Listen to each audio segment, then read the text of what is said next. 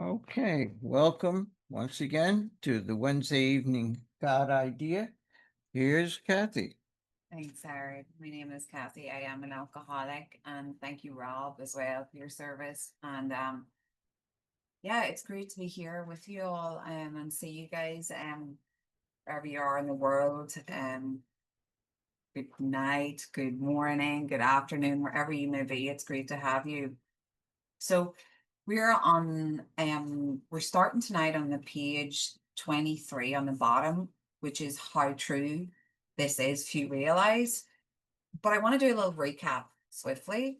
Um, so like I said, we're in, if I didn't say it, well, we're in there is a solution and we are in step one still. Step one is 33% of the book.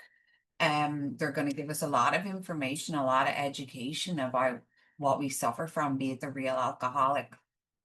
And last week we had touched upon where the main problem centers, which is in our mind, but it talks about at the bottom of 22 how if we take any alcohol into our system, something happens both in our body and our mind that just makes it impossible for us to stop. And I think this is a beautiful, beautiful sentence that describes powerlessness for me personally, because what we have in having alcoholism is the physical allergy and mental obsession coupled with, we know, the spiritual malady. But the step one is the physical allergy and the mental obsession.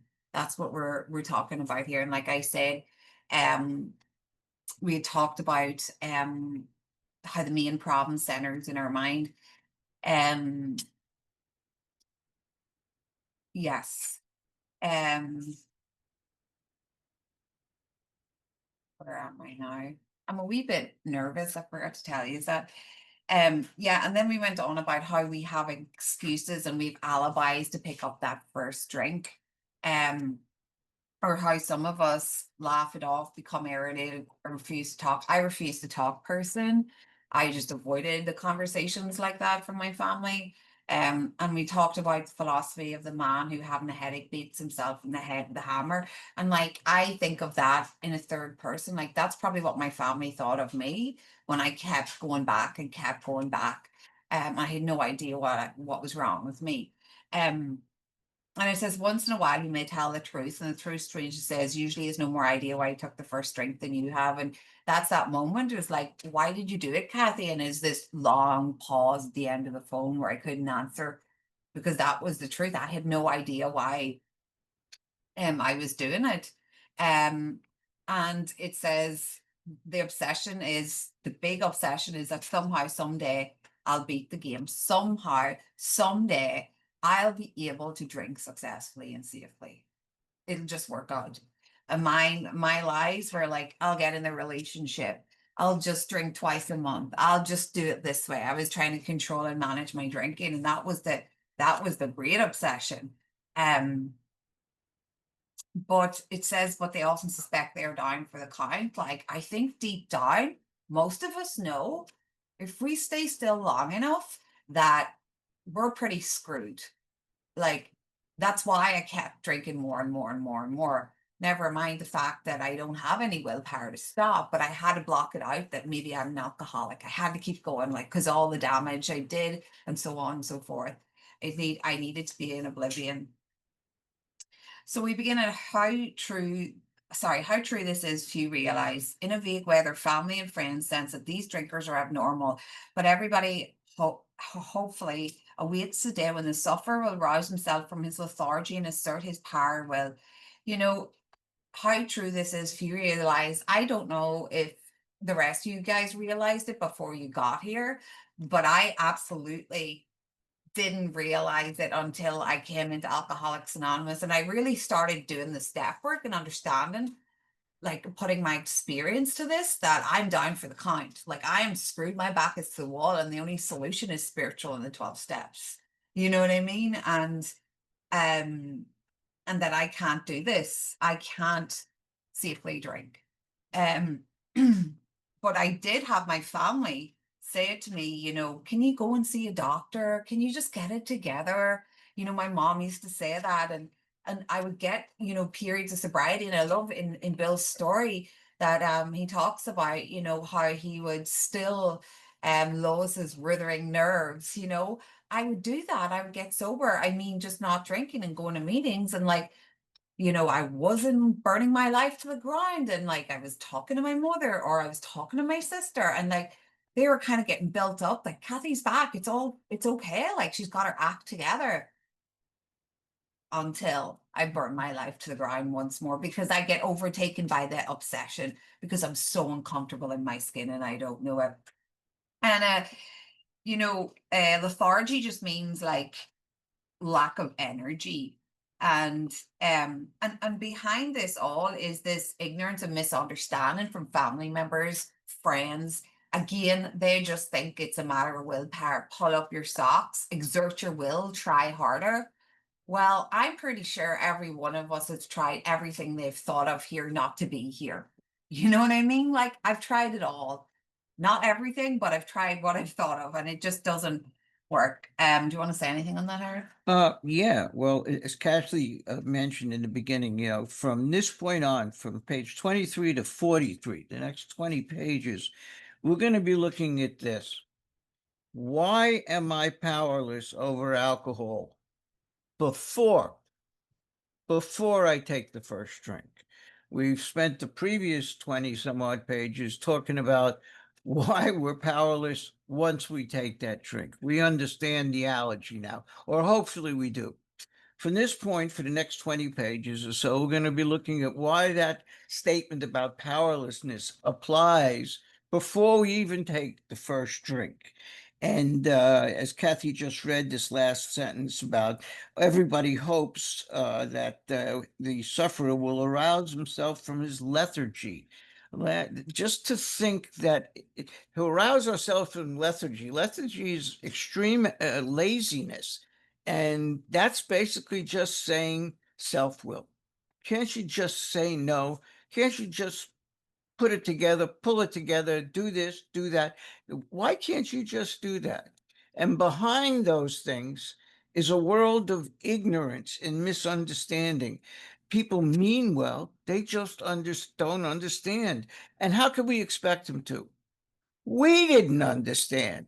We're the ones they're talking about, and we don't understand why I can't stop once I start, and why when I do manage to stop, I can't stay stopped. So how am I going to expect them to understand that when it's got me going in circles? So again, it's misunderstanding all the way around. And I'll leave it at that and let you continue. The tragic truth is that if the man be a real alcoholic, the happy day may not arrive. He has lost all He has lost control. At a certain point in the drinking of every alcoholic, he passes into a state where the most powerful desire to stop drinking is of absolutely no avail. This tragic situation has already arrived in practically every case long before it is suspected. And I love this. I always, when I do this with sponsees, I really, really, at the bottom of 23 and the top of 24, well, basically, look at those words. The tragic truth is that if he's a real alcoholic, this happy day won't arrive, that we will get ourselves together, pull up our socks. That's the truth. We can't. It's not going to get better. But I love this. He has lost control. Like, and I say to sponsors, it's lost, it's gone. Like, it's not coming back. The party is over. It's over, Kathy, you know? Um, but have you ever sat with a bottle or did a line and know that you're doing this against your will and there's nothing you can do about it? You are driven to do it. And this is exactly what this paragraph jumps out to me. Even though when I was like ready, you know, to stop, when I actually wanted to stop, when I wasn't sister dated or for some other external reason to get sober, when I was like, I can't live like this. I couldn't even make it back to a meeting. I would just keep drinking and drinking and drinking every day with those promises every morning to please get me back, please get me back, please get me back. But that desire had no power behind it. It was just a desire, like wanting to go to Australia next year. Like there's nothing behind that for me because I can't go there. But it's when we're drinking against our will, and that desire is just no good. It's not going to do any good. We can't stop. Again, it says this tragic situation has already arrived in practically every case long before it is suspected. And the more I'm sober, the more I look back and I can see that I was gone way before I thought I was gone when I got here, if that makes sense. You know what I mean? And I thought I'd power to stop, but I actually didn't. I had lost that power of choice a long, long time, even before I recognized that when I got here, Harold. Well, one says he's lost control. What does control mean? Control means choice, the ability to choose. And we have lost the power to choose to stop once we've started because of the physical allergy. As I mentioned before, Bill's been speaking about it for the past 20 plus pages. And we've lost the power to choose not to start because of the mental obsession. And that's what we're going to be talking quite a bit about. And that's why it says the most powerful desire to stop drinking is of absolutely no avail. That's why all the good intentions, all the firm resolves, the sincere desires, the promises we make, the pledges we make, all of these, the Alcoholics National Anthem is this time I really mean it. This is the last time. When we say it, we do mean it. Sorry, I have to interrupt. We do. We don't know what we're talking about. Absolutely. But that's why all of those things are of no use to us. Why you're people telling us just do this or just do that, that list of things we've gone through already. Why don't you only in the morning, only in the evening, on a trip, not a trip, all of those things are insufficient. We don't have the ability. Anything that begins with self is an insufficient, inadequate higher power. We need a power, but it can't come from self. And this is all just letting us know that. Would you put up the little sheets on obsession? Okay, And yeah. before we Rob, move on. you want to put up that, Rob, sorry. which one is it? It's the, we've lost the power to choose. I believe so.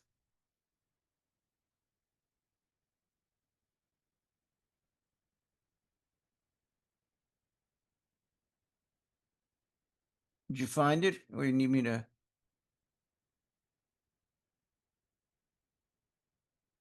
No, it's the next one with that, right before it or right after it. Yep. Nope.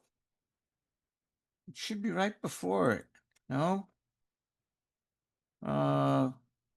Let me take a look. Hang on, Rob. Let me jump in here. Yes, let's allow that. And now let me get the window I want to show you.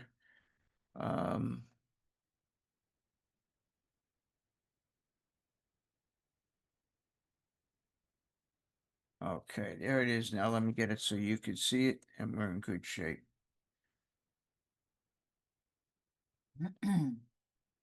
Okay, this just reviews what we were talking about here. Before we move on into the famous italics on page 24, this just summarizes again that we've lost the power to choose, that control, once we start because of the allergy.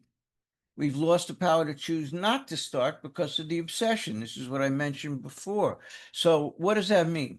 Well, the obsession makes us drink. We take that first drink because of the obsession. It's not because of the allergy. We don't take that first drink because we have an allergy. We take that first drink because we have an obsession that tells us we don't have that allergy. And then once we take that drink, once that's in our system, the allergy makes us drunk because the allergy prevents us from stopping. It doesn't end with a drink. It ends in a drunk, an unconscious blackout drunk.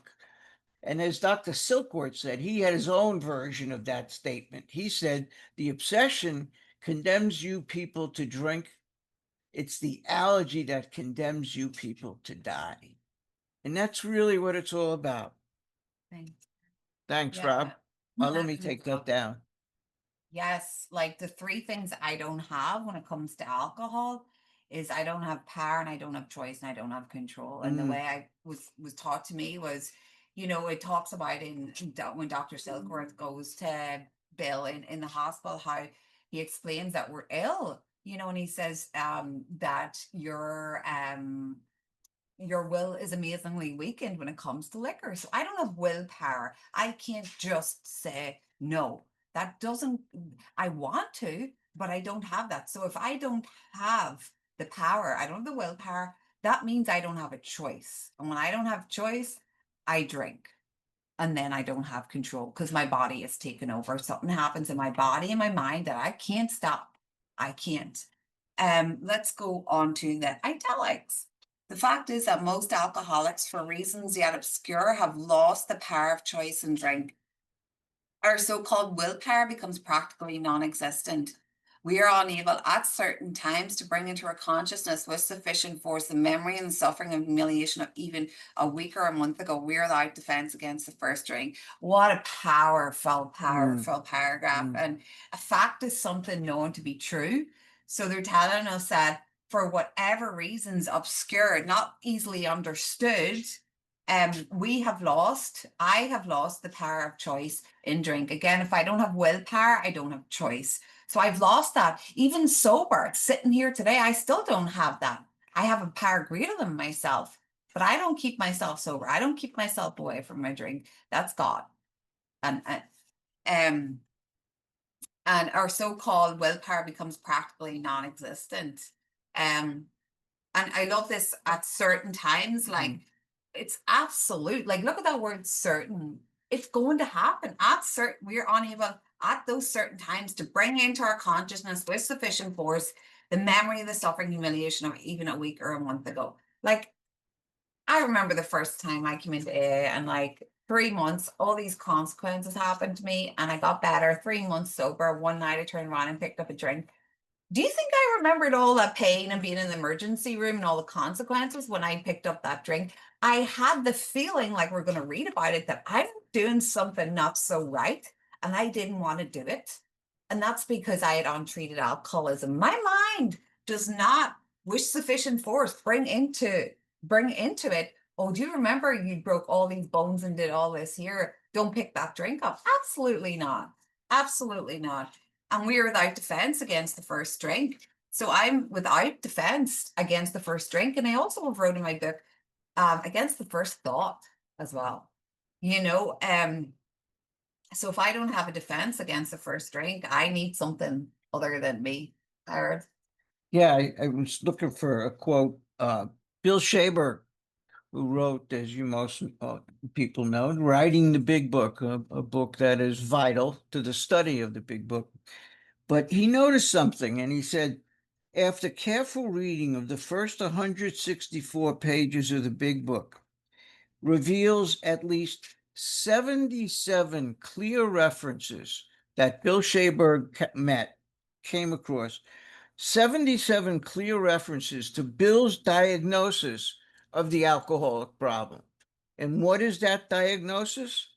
He suffers from the insanity of picking up the first drink. That's the problem. It's not that once we start, we can't stop. That is not the issue.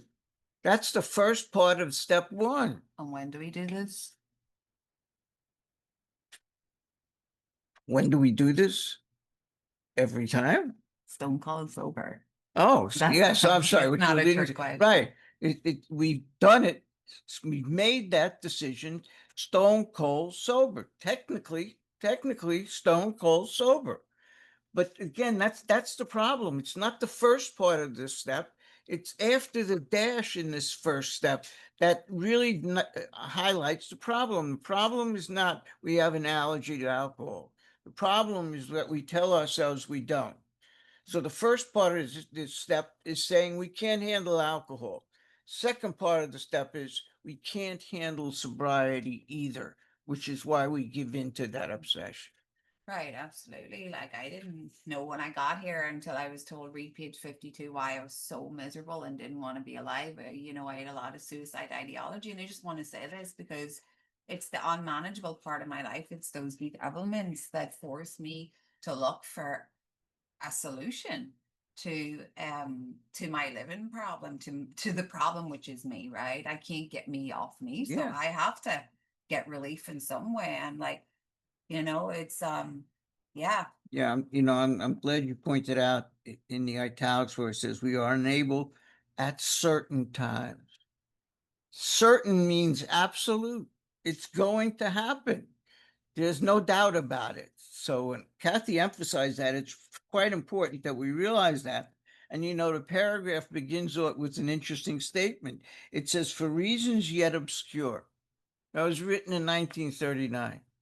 Here we are, getting damn close to 100 years from that, and it still is obscure as it was in 1939.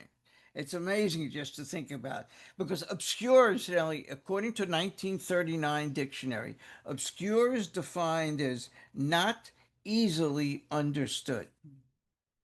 Now, I think to the world outside of the alcoholic and the people closest to the alcoholic, if they're in recovery, that applies to everybody else out there. They don't understand it. We don't understand it when we're drinking. Many of us don't understand it when we're not drinking. And the last thing I'll add is that on that second line where Bill says we've lost the power of choice in drink. I can't tell you how many years I read that the wrong way. I thought it said we've lost the power of choice when drinking. Doesn't say that. And I thought that's what he was referring to. He's not. He's saying we've lost the power of choice when it comes to alcohol. We don't have any power, like Kathy said, choice or control. We've lost that. It's gone. So whenever anything, if it has to do with alcohol, no control, no choice, no power. It has nothing to do with whether you're drinking it or not drinking it. It's the it that we have no control over. Pretty much on a, to say that without this defense that we need against the first drink, it's telling us we're going to drink at some stage Yeah, untreated, right? right. And you know what? The last sentence of that paragraph pretty much restates that. It says, we are without defense against the first drink. Well, how about we change that last word from drink to thought? We are without defense against the first thought. That's the problem. We need a power that can get between us and that first thought. That's what we're leaning towards. And be restored to sanity. Okay. So the almost certain consequences that follow taking even a glass of beer do not crowd into the mind and deter us. If these thoughts occur, they are hazy and readily supplanted with the old threadbare idea that this time we shall handle ourselves like other people. There is a complete failure of the kind of defense that keeps one from putting his hand on a hot stove. I really love this paragraph because I feel like they wrote it for me, which they didn't. And they wrote it for alcoholics. But like I was talking about, like when I got a certain amount of time in AA and went back out, and it took me 4 or 5 years to get back, really. I didn't think of that it's certain to happen. And what is that? I'm going to drink. I'm going to continue to drink. I'm not going to be able to stop. When I sober up, I'm so uncomfortable. I'm going to drink again untreated. It's the cycle. Like those consequences. After taking even a glass of beer, because once alcohol hits me, like it doesn't need to be 3 beers. It doesn't, you know, start then. It starts once it hits my system, but they don't come into my mind to like tell me to do it. Like they don't crowd my mind. But if they do, which is that tiny little voice that I just talked to you about a minute ago, like which was, I don't want to do this and I don't have a good feeling about this. But I really pushed that down and really like ignored it. But I knew that it wasn't a good idea, but I couldn't stop myself because I didn't have the power of choice and I was untreated.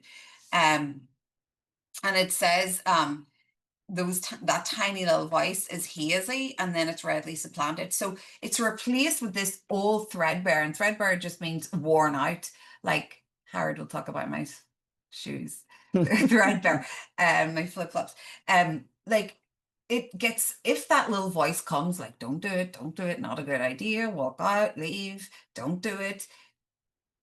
It's then replaced by this worn out idea that this time we'll handle ourselves.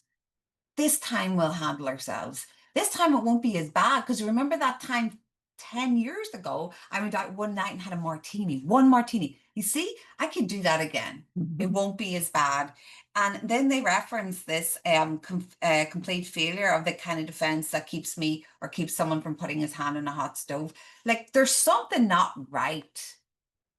Like when someone puts their hand in a hot stove, first of all, you're like, are you all right? Like, no, no, no. Like if it was a baby and they put their hand in a hot stove and you weren't watching them, and they would cry and scream, they would get burned, it would be horrible. But you know what? I guarantee they wouldn't go back tomorrow or when it gets better and put their hand in the stove again. So there's something, there's something at play here. Do you want to speak about that? Yeah, and as Kathy said in this paragraph, twice Bill says these certain things occur, these certain thoughts. One of the things I've noticed about this page is this kind of leads us into the talk about the mental obsession. And maybe it's a coincidence, maybe it's not.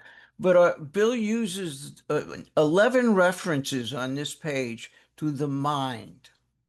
The word the mind or thought is used 11 times on this one paragraph, on this one page alone. And I don't know, maybe I'm just doing a little being too pedantic about it, but it is there. It is there. Um, and it says, if these thoughts occur, what thoughts occur?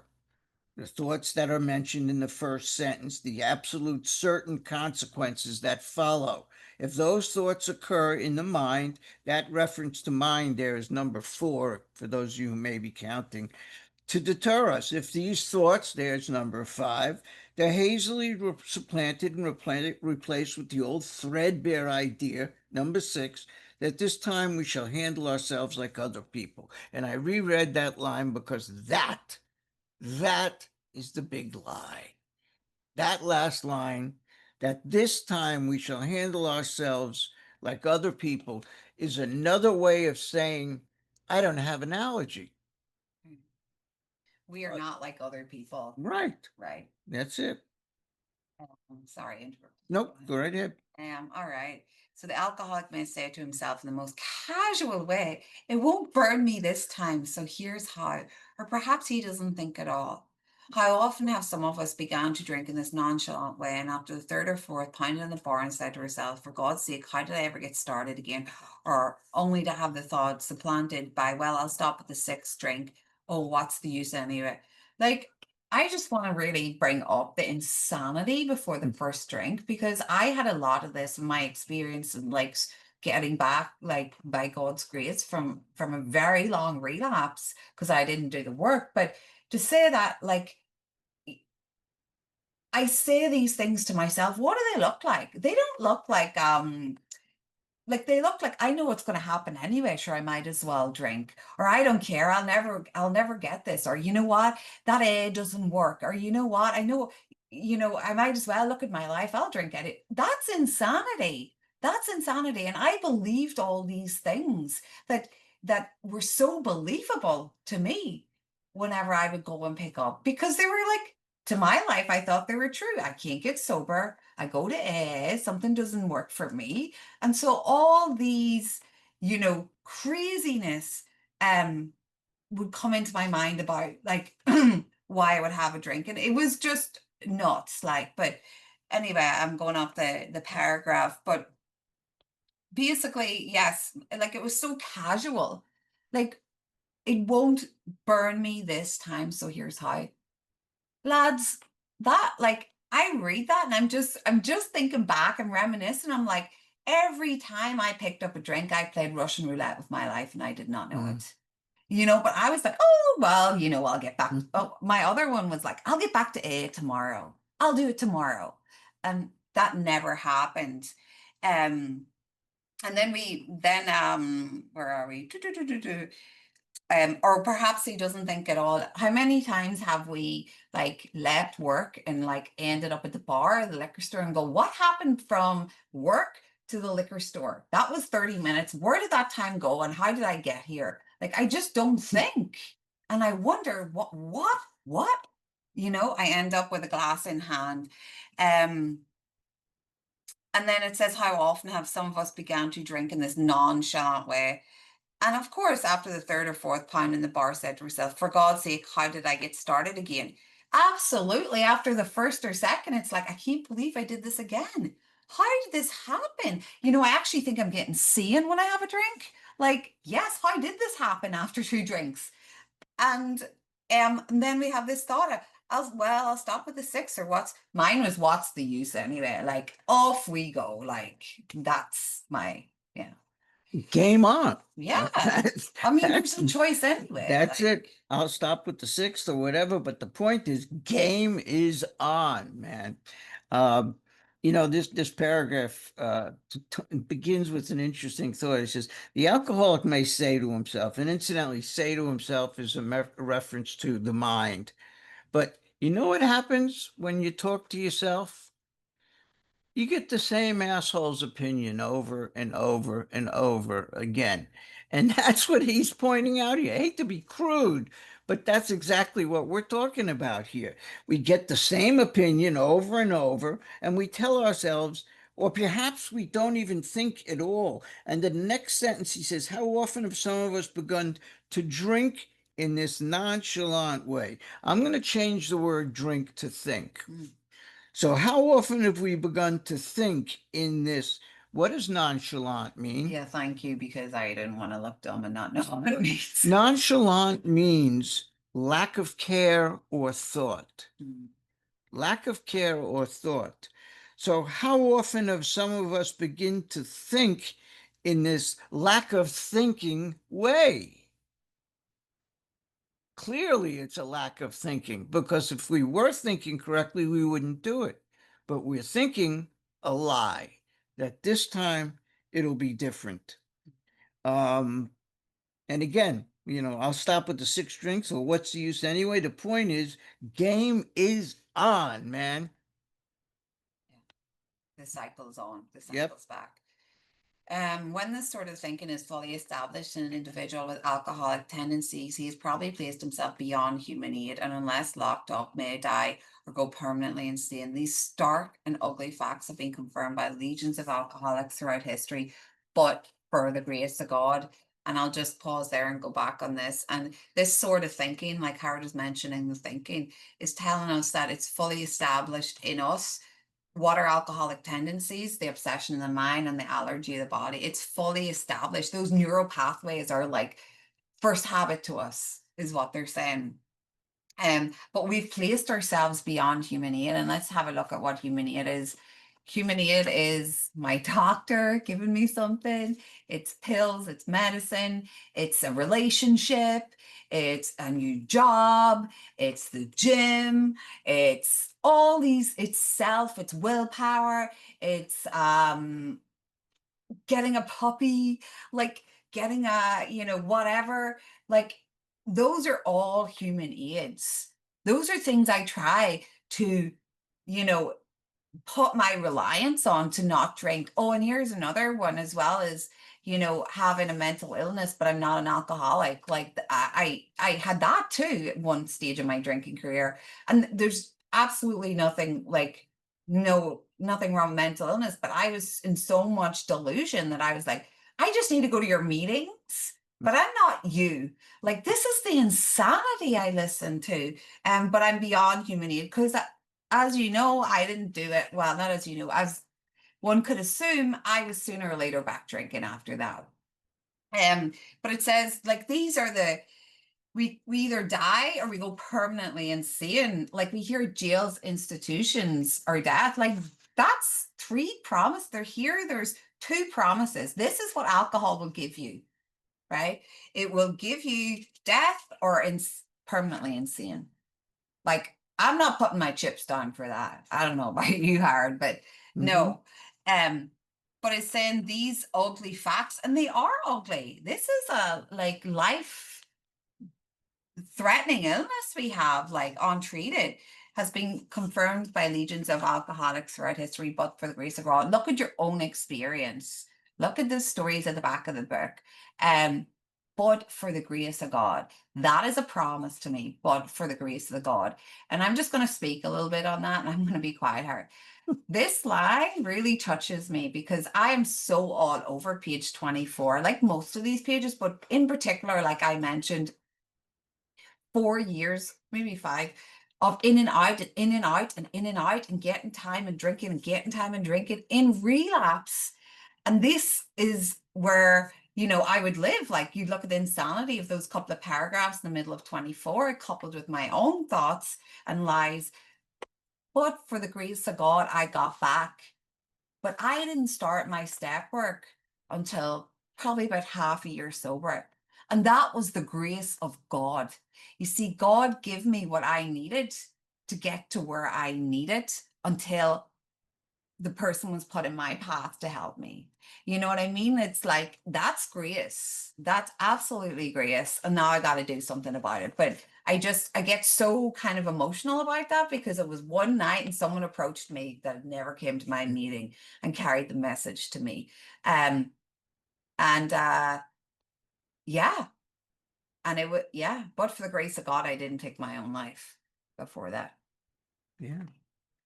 Paragraph begins with that reference to when this sort of thinking, well, again, sort of thinking is believing in a lie.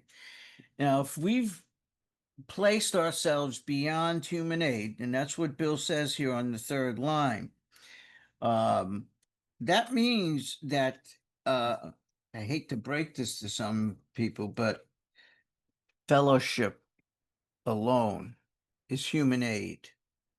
Fellowship alone is insufficient.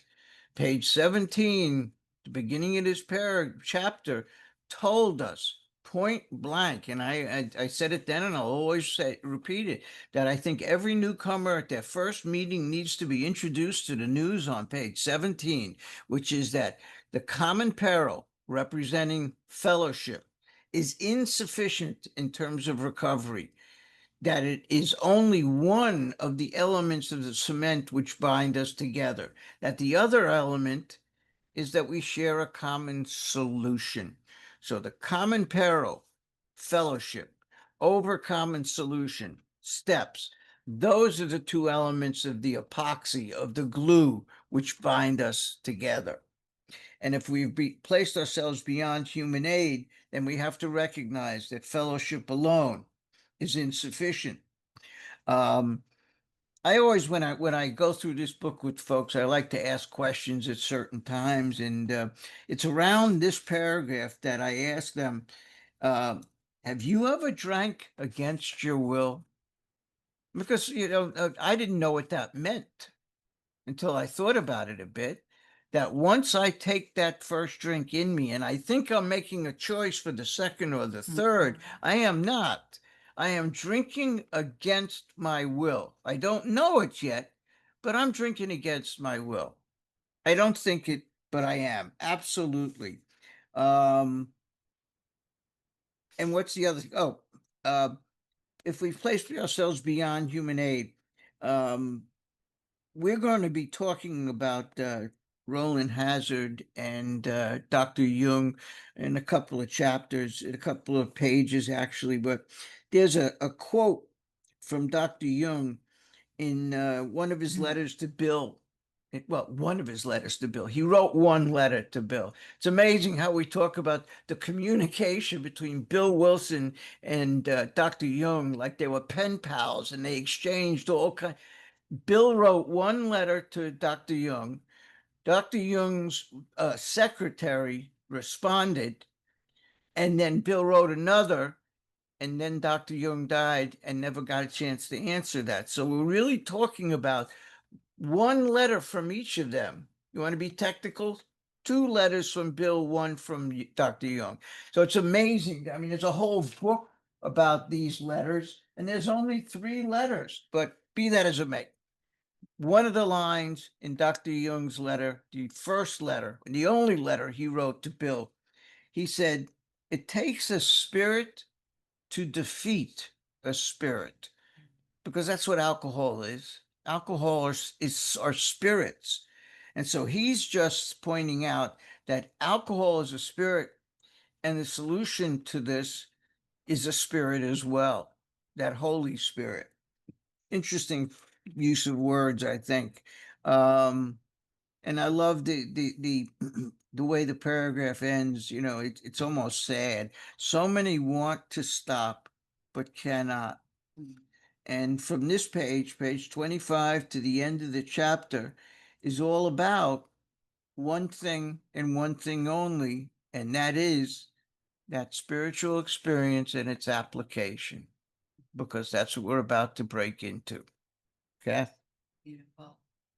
Yeah, that it's really sad, this last line. And like, I was at a meeting earlier today and it says so many want to stop but cannot. And then like the speaker just kept saying, like, if you're here, you better hold on to your seat. Like, don't let the life give you get in the way of the AA life. And you know, it's so true. Like, I don't know about you guys, but I wanted to stop, but I couldn't. I couldn't, you know. I know what it's like for whoever wants to stop but cannot. Like, I'm praying for you. I know what that's like. And it's nasty. Anyway, okay. But look, 8 pages later from the start of the chapter, there is a solution. So we have one solution, a singular. We have one solution for us. So it says, almost none of us like the self-searching, the leveling of our pride, the confession of shortcomings, which the process requires for successful consummation.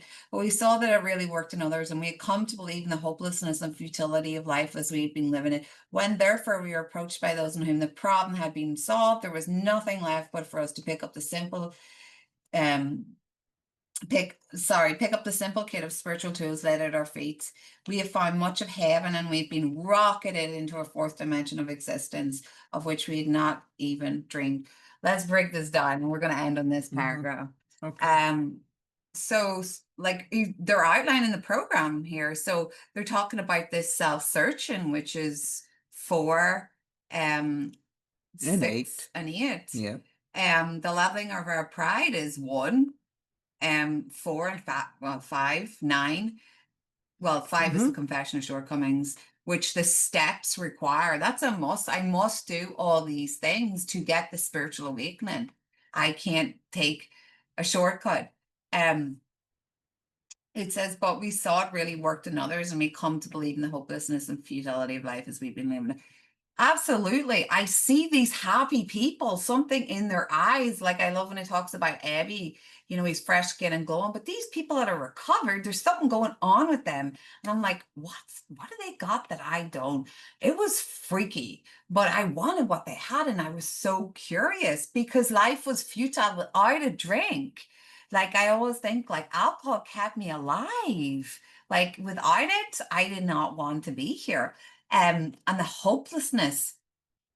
And so being approached, and that's a reference, that's our responsibility to go up to, as recovered alcoholics and addicts, is to go up to the new man or the new woman, or perhaps the person who's in here for a while that's struggling, to approach them, and who the problem had been solved, recovered. The problem had been solved. And it talks about when we get approached by this recovered alcoholic or addict with the solution. Here's the solution. There's nothing left for us, me being the new person, but to pick up that spiritual kit, that simple kit of spiritual tools laid at our feet. We can bring the solution and the steps and outline everything, and it can be laid at my feet, but I must bend down and I must pick it up. I must have the willingness to do it. And that's all I'll say in that. Oh, wait, Yeah. we have found much of heaven, and we can be rocketed into the 4th dimension of existence, which we had not even dreamed of. That's a promise to me. We've found much of heaven, and we've been rocketed into a 4th dimension. And there's a whole thing on 4th dimension. of existence, which we had not even dreamed. But I don't like, ever since this recovery journey, I do not like living in 2 dimension. Like it sucks. Like I'm all for the fourth dimension. Anyway, that's enough for me, Howard. Well, there's so much in this, there is a solution. This is the solution. We're talking about on page 17, it said that we have found a common solution, and that common solution is the second part of the cement which binds us together. This is the revelation of what the common solution is. And he's basically saying there is this solution, and I know you're not going to want to do this. That the common solution means you're going to be asked to do some things that you don't want to do, but you're already doing something that you don't want to do. You're continuing to drink. So why not give this a try? And then he breaks it down, as Kathy mentions, the various steps, which became the various steps later, and requires is definitely a must, and successful consummation. What's the successful consummation of the step work? See step 12, part 1, having had a spiritual awakening. As a result, that's the consummation. Consummation is something that happens at the end of something. You do these work, these 11 steps, and you have this spiritual experience. The paragraph also contains another reference to approach. One of the things we like to do in our workshops is identify how many times Bill uses that word or reference to approach, that somehow in today's culture, it's become acceptable to become available to the newcomer as opposed to approach the newcomer. Well, that's not what the book tells me. The book tells me my job, my duty, my responsibility is to the newcomer to approach that newcomer, not to wait for them to come to me. We have a built-in forgetter. We forget what it was like in those first few days to walk into a room like that, to what it takes to walk in and expect you to approach it. No, we have to approach. Those of us who have entered into the world of the spirit and we are creating the spirit of the fellowship, that's what we're supposed to be doing. And we're going to end on this, as Kathy mentioned, the last 3 lines of this paragraph. Yes, please. I'm so excited. Can you talk about the fourth dimension? You're so good at this. Well, the last 3 lines, first of all, begin what I like to call the AA brochure. If you're going to go somewhere, you're going to come to Florida, right? They're going to tell you the things to do in Florida. You go to Disney, you go to this thing, you go to that thing. Here's some restaurants, here's some hotels, and so on. The brochure tells you what you can expect when you go to Florida, for example. Well, this is what you can expect when you come to the world of AA. It's that we have found much of heaven and we've been rocketed into this fourth dimension of existence, which we hadn't even dreamed. Well, what is the fourth dimension? I don't want to say, well, you have to hang around till next week and find out in the next paragraph. But the fourth dimension is simply, to me, there are 3 basic dimensions in life: spiritual, mental, and physical. As a result of working the first 3 steps, we get right, we get healthy, we get in harmony spiritually. As a result of 4, 5, 6, and 7, we get right mentally. And as a result of 8 and 9, we get right physically in the world and everything in it.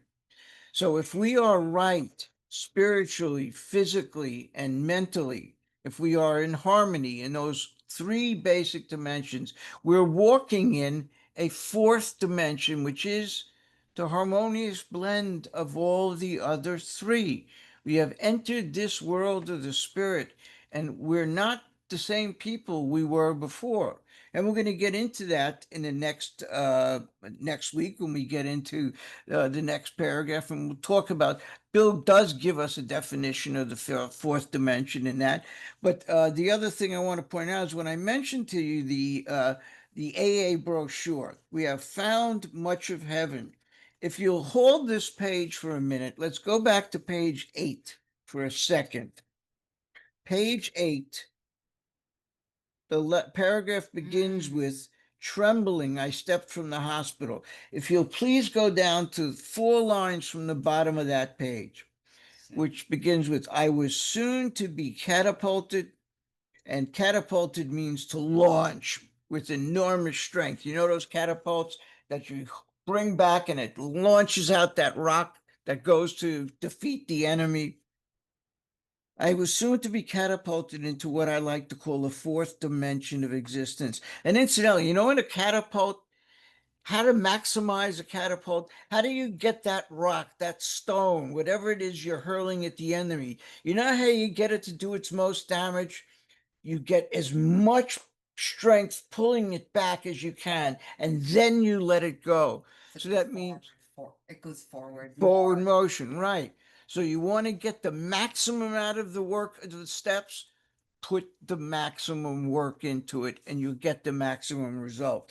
But the point is, he says here, we have been called the 4th dimension. I was to know happiness, peace, and usefulness, which is our purpose, in a way of life, which is this ongoing process that is incredibly more wonderful as time passes. This is Bill's description of heaven on earth.